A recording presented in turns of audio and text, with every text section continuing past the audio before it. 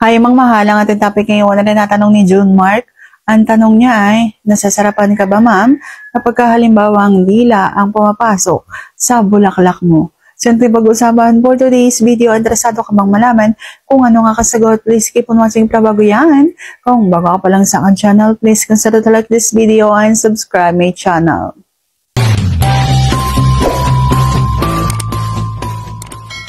Hindi po masyadong masarap kapag halimbawang dila yung pumapasok lang doon sa bulaklak.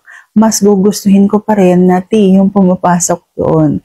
Pero kung halimbawa nandun kayo sa ginagawa nyong, kinakain nyo yung bulaklak, kapag halimbawang lagi nyong ginagawa yung pagpasok ng dila doon sa butas, hindi ganun kasarap kapag halimbawang matagalan mong ginagawa.